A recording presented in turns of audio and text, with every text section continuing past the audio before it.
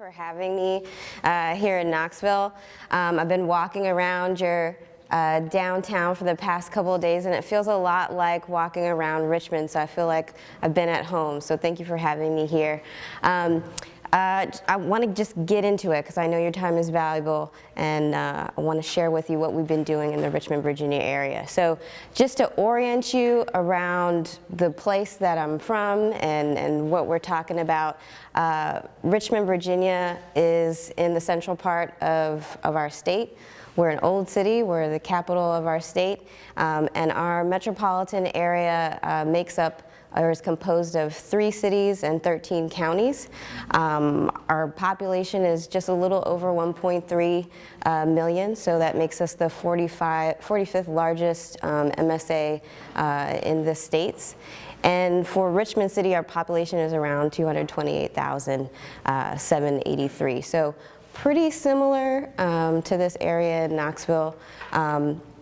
When we talk about Richmond, Virginia specifically, this is a map of our city. So a couple of things I just want to point out, and that this is important when it comes to how we think about our streets. So we have a physical kind of barrier between our city. So that blue line going north or east to west is the James River. So we have a river that separates our city, and we have to get across that. The northern part and a sliver of the south side of our city is the old part of the city, the original development of Richmond. And so how the streets are laid out is very much in a street grid fashion, what you would think of for a traditional city kind of landscape. And then the south side below the river, most of that land was annexed from our neighboring county in Chesterfield. So when you cross the river from north to south, it very much feels like a different place. It's very much more suburban in the landscape. Long arterial roads with lollipops of neighborhoods that connect to them, and you have to get to the main road to really go anywhere else. There's no connection in between neighborhoods. So that's kind of the context for Richmond. BikeWalk RVA also focuses on our neighboring counties of Henrico, Hanover, and Chesterfield when we think about biking and walking. We have 9 council districts and 1 mayor for the city of Richmond. So who is BikeWalk RVA? Our origin story, I kind of love telling a little bit about us so you know who you're dealing with. But so Sportsbackers is our overall nonprofit. And our mission is to promote and ensure that people can live actively in all corners of our community. And we started off as a sports commission, but over time have shifted our work to producing our own events. So we produce and operate the Richmond Marathon, which is coming up in November, and sees about 18,000 participants every year. We produce the Monument Avenue 10K, which sees about 25,000 participants. We produce the Dominion Energy River Rock. It's basically a weekend that celebrates our river. We have events ranging from rock climbing to mud races, dogs jumping into pools for distance, just anything you can imagine, having fun celebrating the outdoors and around our riverfront. And the Virginia Credit Union Moonlight Ride, which is an evening ride that we ask people to get lit up and do either a 3-mile, 8-mile, or 25-mile option of your choosing. Those are just a few of the events of the catalog of events we do throughout the year. But in 2012, we were doing some strategic planning and came to the conclusion that if we really want folks in our Richmond region to live actively, they can't just do it by coming to our events, even though we want them to, right? They have to be able to walk outside and be able to go to their store or go to school, to work, be able to bike there, be able to just do the activities of daily living in an active way. And they shouldn't have to depend on a car to do that. So I'm supposed to go over here. So So with that in mind, we created 3 programs. The Fitness Warriors program, where we train folks in the community to lead group fitness classes for free once a week. We have about 50 classes going on throughout our region. I'm a fitness warrior from 3rd class, woot woot. We have a kids run program where we work with schools to partner and do run clubs to make sure that kids are getting exercise every day. And then we also kind of pair that up to let them participate in some of our running events. And then BikeWalk RVA, which is what we're here to talk about today. This is our advocacy arm. We focus on advocating for bikeable, walkable streets in the greater region by focusing on 5 main things. So we focus on policy and working with our elected officials to really promote and support policies that support comfortable, bikeable, walking communities like Vision Zero, and we'll talk about that in a minute. We focus on infrastructure. We want to help inform staff about what makes for some good street design that's comfortable for everybody using our streets. We very much pay attention to our grassroots community and developing them into very good advocates that can be helpful and not just complainers, right? We recognize that our leadership here complains all the time, and we'd rather be positive and help set a vision for what we want and to help us accomplish that, right? We also work with our grass tops community, so folks from our businesses to understand the economic positive value of more bikeable, walkable communities, and then celebrating. Like, you can't focus on policy all the time. You'll burn people out, particularly our volunteers. So we organize fun events throughout the year, and we celebrate every win that we get when it comes to getting things done on the ground. When we're talking about bikeable, walkable streets, I'm sure you guys have been talking about this, but I like to assume nothing. So what we want are neighborhood streets that are calm, have calm traffic speeds, that are friendly for people to be biking and walking along. We want more bike lanes. We want more buffered bike lanes, so this added painted area on the side provides a little bit more room, a little bit more cushion and separation from somebody biking and car traffic. And when we improve streets for biking, we also improve the pedestrian infrastructure, because that adds space between people walking and car movement along the street. We want more protected bike infrastructure, and all these pictures are from projects that are in Richmond. So they're not from Portland, they're not from Seattle, they're from Richmond, Virginia. So this is Fairfield Way. This added protection, so there's space for a parking lane, protection, and then a bike lane. So this all improves the comfort of people being able to get out and bike more. We know that 50% of Americans fall into an interested but concerned group. They're very much interested in wanting to be able to bike to things more, but they're also very concerned about their safety. And things like this are the game changer in getting people out of their cars, if they have a car, and onto bikes more. And we want two-way protected bike lanes. I don't know why it keeps going.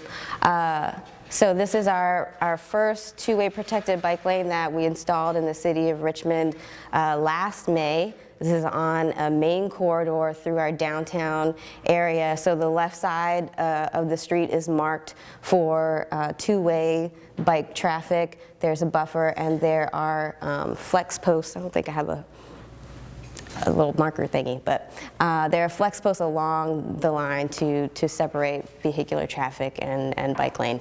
We do bike ped counts. We've been doing them since 2014, where we work with volunteers to count activity on selected streets, usually streets that we know are going to have bike infrastructure built on them. So we have about 3 or 4 years worth of data before this bike lane was put in, and then maybe a full year since it was put in last May.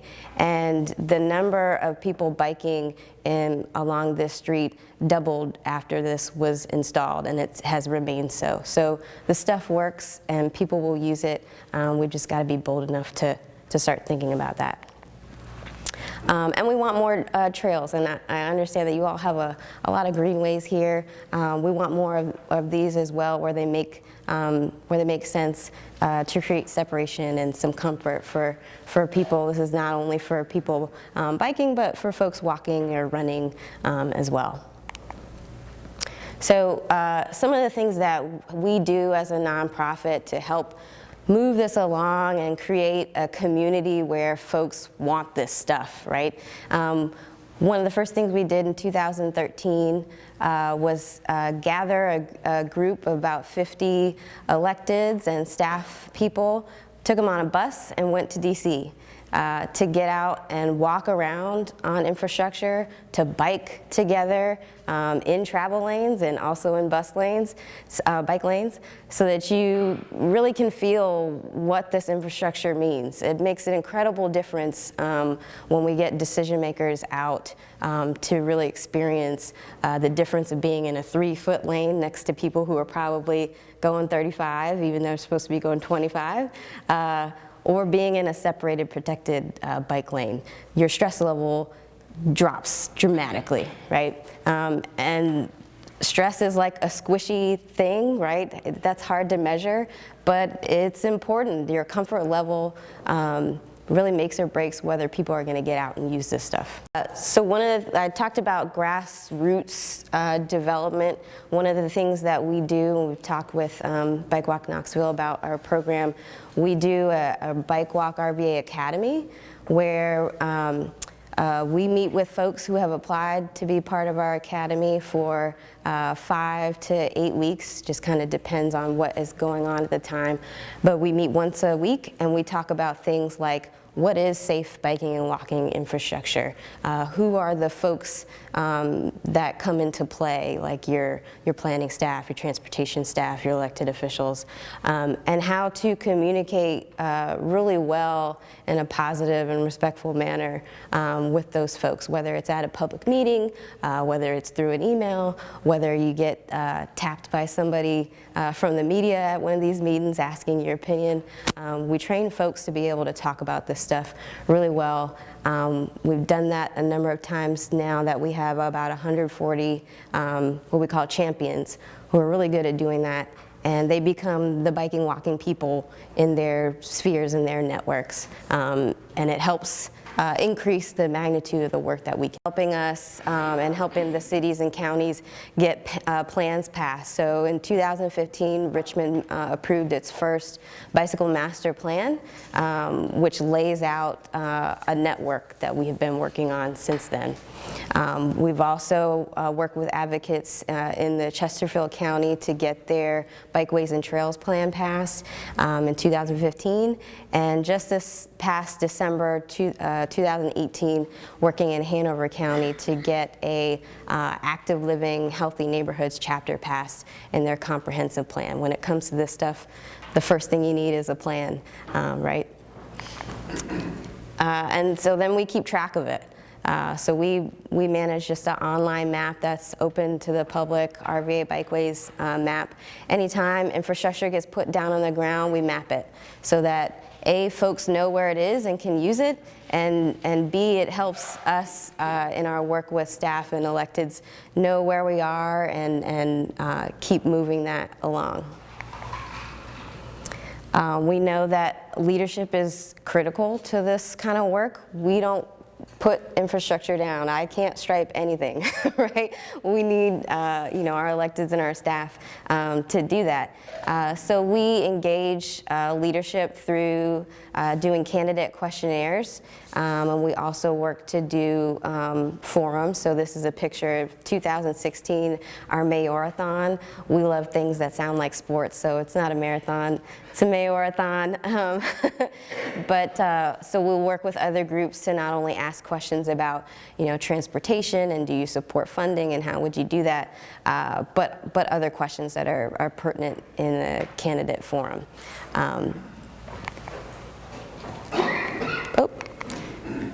And we do a lot of work around making this stuff fun, right? Like, it doesn't have to be unfun. So in May is National Bike Month, and for about 7 years now, we've been coordinating RVA Bike Month.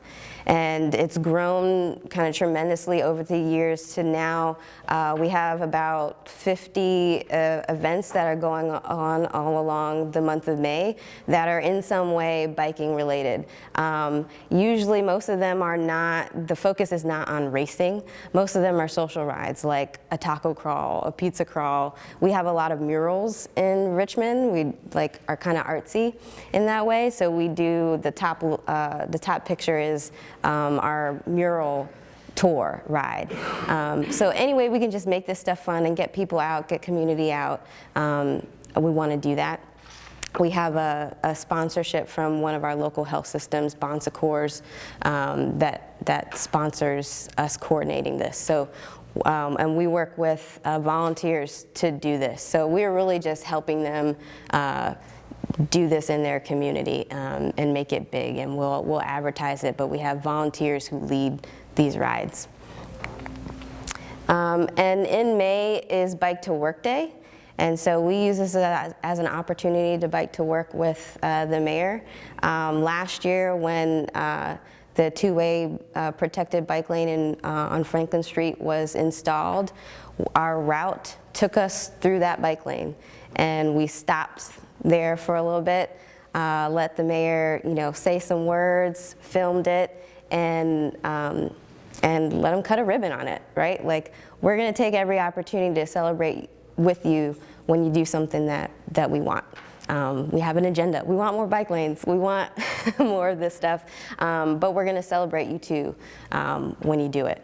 One of the other things that we do at the end of RVA Bike Month is we'll post for folks of our community to vote on different categories of awards. So one of these awards is the best biking street or road, and this year it was awarded to our county of Henrico for their first buffered bike lane.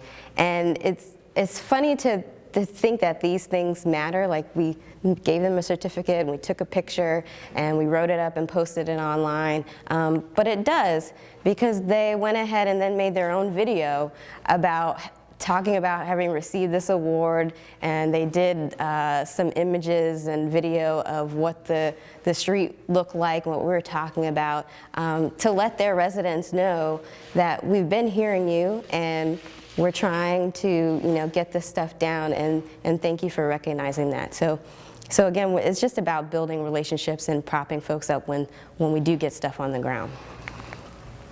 Oops.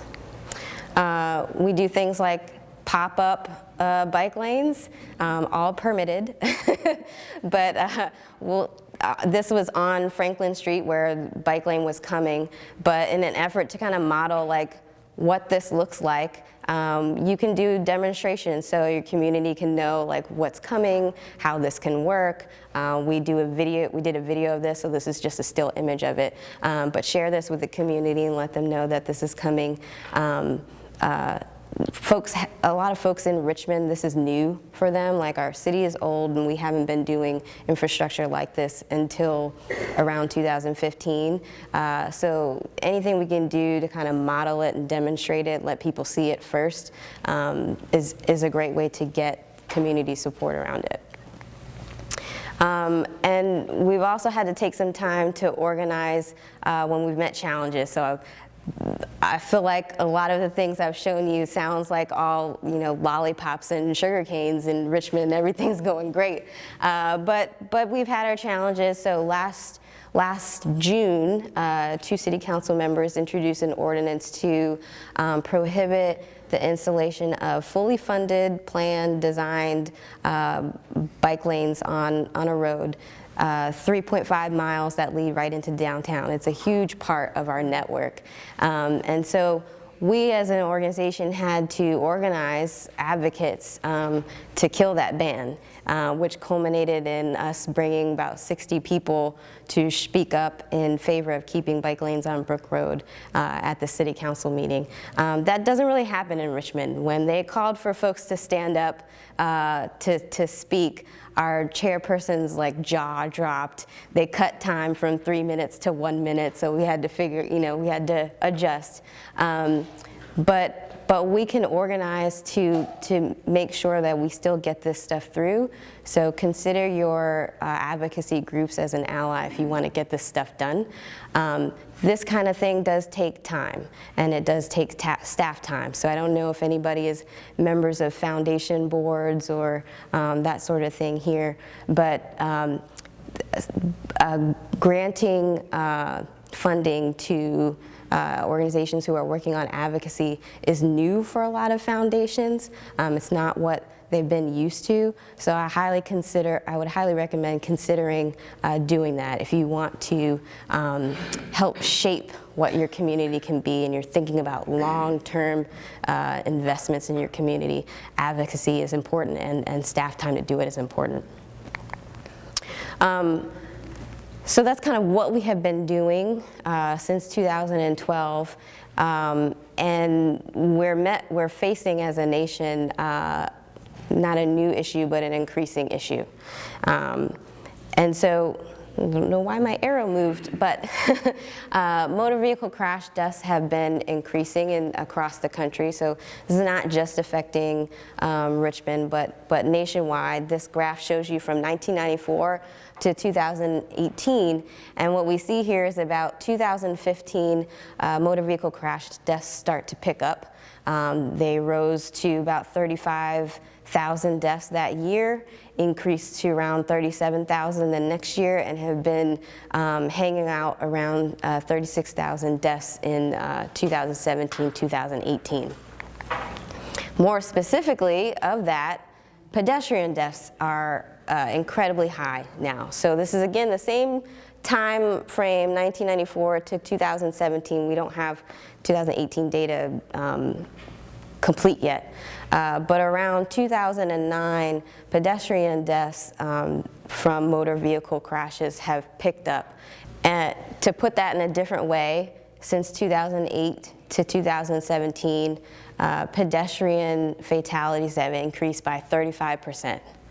But when you look at overall, for all of our traffic deaths, they've decreased by 6% in the same time period. So something is happening, and it's affecting our pedestrians in greater number. In 2018, based off of projections, we're expecting to see the largest number of pedestrian fatalities since 1990. And when those numbers are complete, the estimate expects about 6,227 pedestrian deaths in 2018. Those are lives lost, and those are preventable lives that have been lost.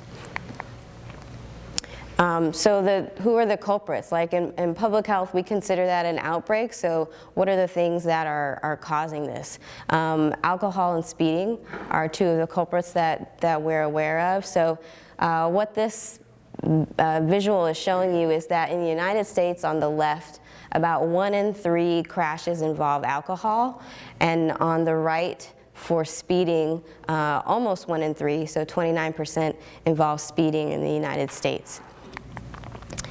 Cell phone use and distracted driver use. I don't really have to show you this for you to know that cell phone and distracted driving is an issue, right? So from 2009 to 2017, the number of active smartphones has really picked up, skyrocketed in fact, from 50 million to 273 million. There's a lot in use, and so that means more than just talking on your phone and texting. It also means scrolling and looking at Facebook and Snapchatting and all that stuff that takes your focus away from driving.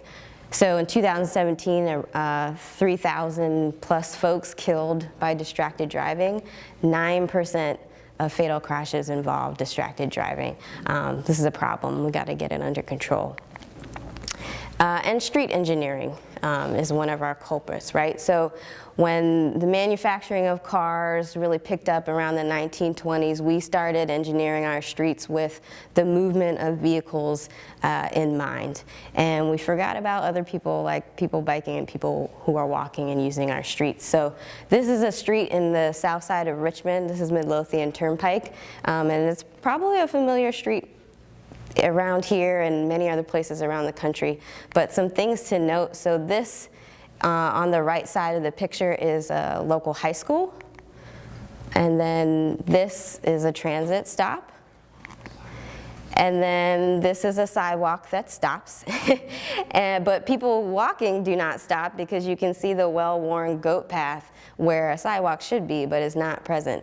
And then we have wide widths of our lanes, right? So wide widths mean faster speeds. Your eye tells you, as you can see in the cars, they've got a lot of wiggle room, that you have room to maneuver, and therefore I can pick up my speed. And half the time you don't even realize that it's happening. I know I've driven on this road and will check my speed and I'm like, oh my God, like I'm over the speed limit, and I just didn't even realize it because I feel like I can go faster. So on a 35-mile-an-hour street that fronts a school and transit, people are easily doing 50 and above.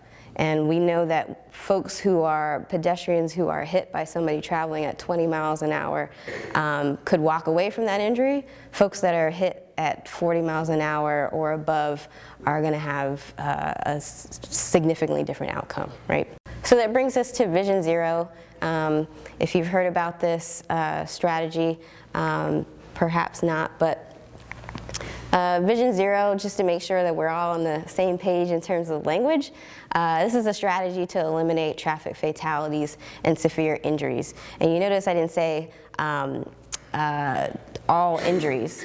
I said traffic fatalities and severe injuries. We know that there's going to be human error, but we want to make sure that human error doesn't result in either somebody dying or having like a life-altering injury, right?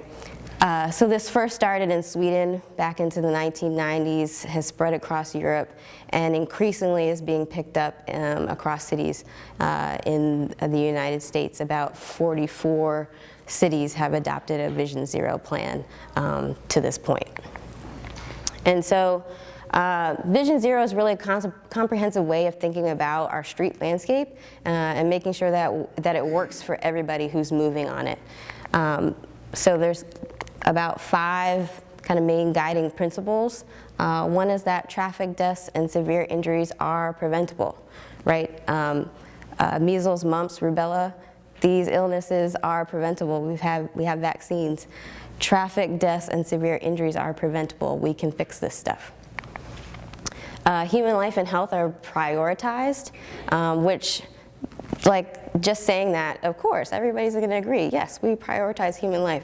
But for a lot of many years, our engineers have been taught and thus go out and engineer our streets with traffic flow in mind and the movement of cars and making sure that we don't have congestion, and sometimes at the detriment of people walking and biking and accessing transit. So this kind of flips that on its head. We want to prioritize the health and movement of everybody using our street, not just moving cars around.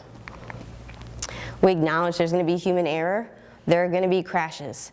And our objective is how do we design this in such a way that when there is a crash, it doesn't result in somebody dying from it.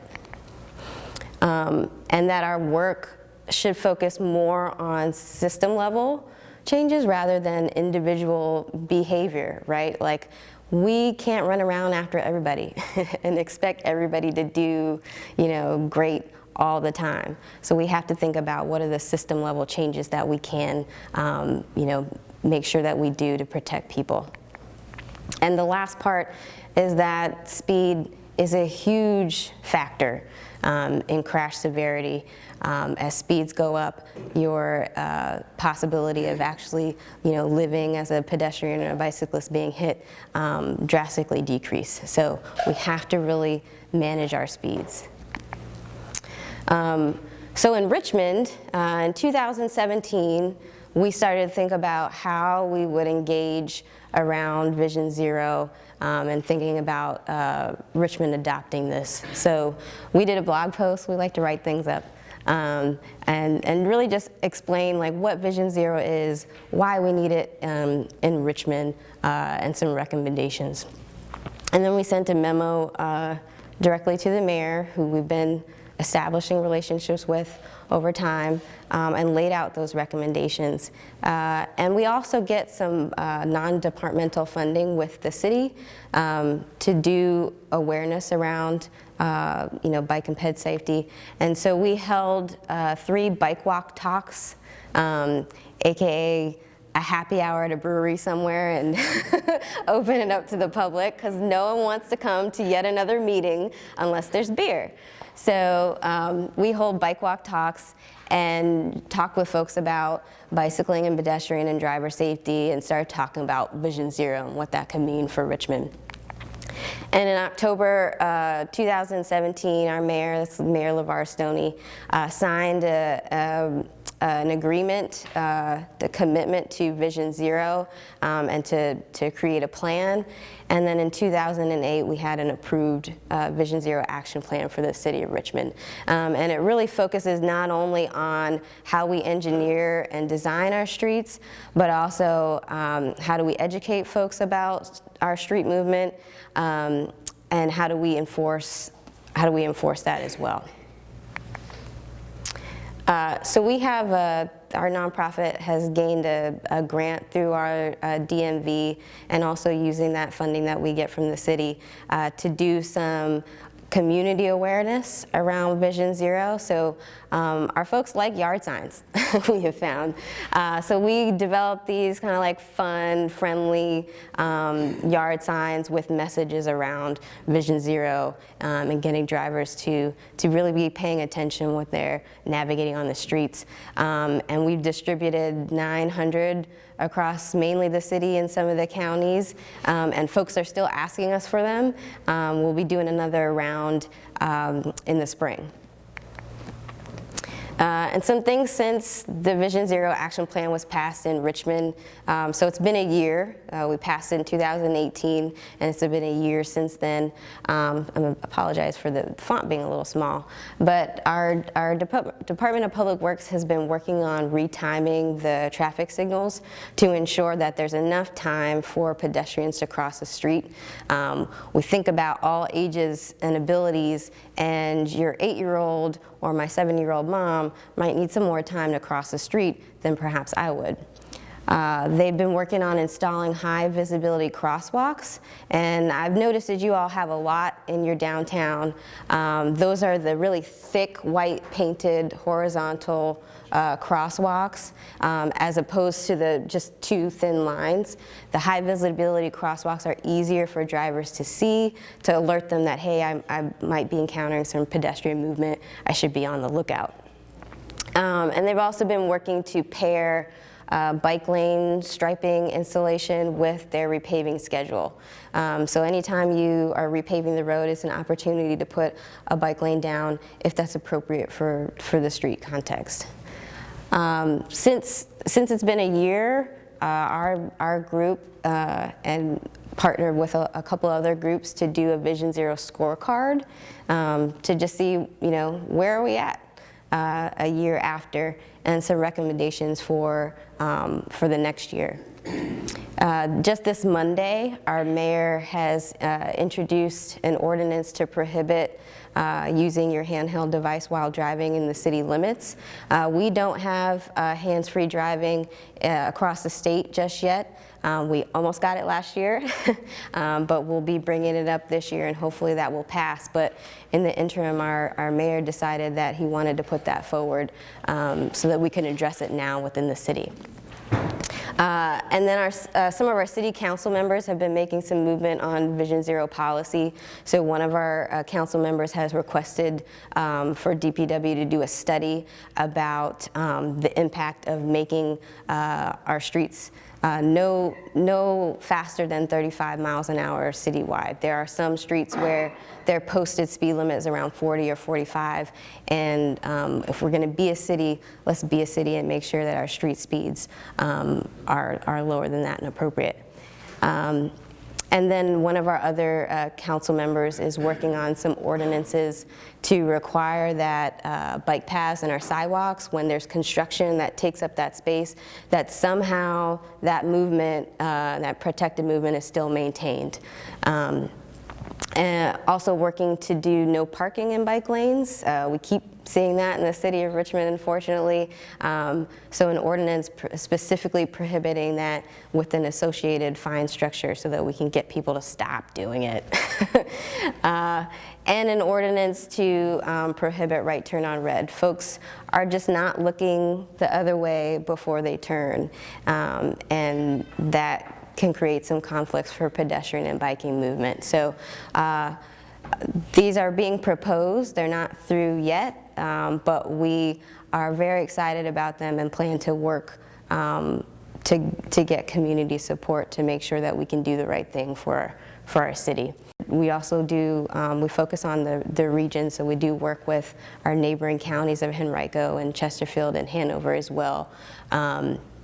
And working with Henrico to consider a Vision Zero plan for their county. They've been seeing an uptake in pedestrian fatalities there as well. So I hope some takeaways that you all might take from this is that building out comfortable, connected bike and walking infrastructure and Vision Zero efforts, it takes shifting our priority from car movement to people movement. And it sounds like an easy thing to do, but we've just been planning for the movement of cars for so long that it is a bit of a shift, but your local nonprofits can help you make it easier for a community to understand why we need to shift that way. It takes cultivating electeds and business and community leadership to really support it, and that's what we work to do. Experiential learning is important, so if you haven't been out on your streets biking yet, I invite you to do that. Get out there and feel what it means to be in a travel lane with a car versus in one of your bike lanes. It's a very different experience. Not everybody is your gung-ho rider that's super experienced and can navigate everything. 50% of them are not like that, and if you want to get those folks out biking more, we need some more protection.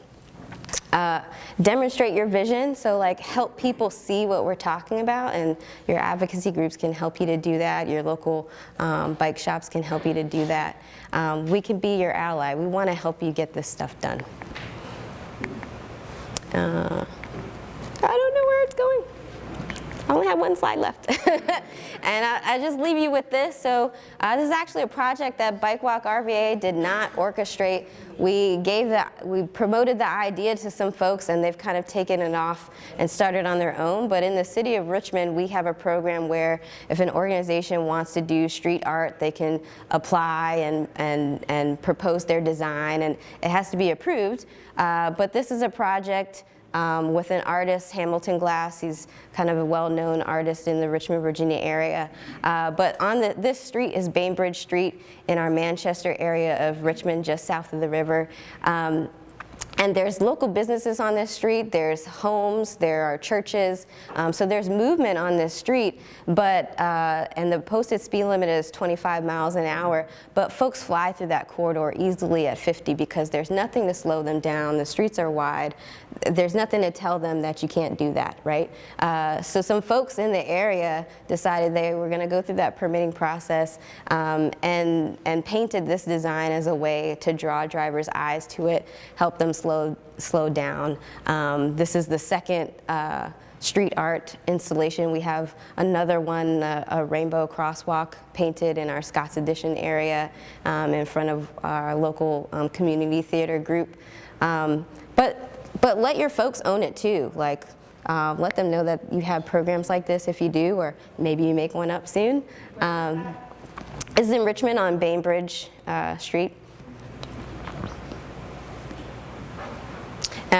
And with that, I just encourage you to be bold, work with your advocacy groups, and let's just make the area better for people getting around. So thank you.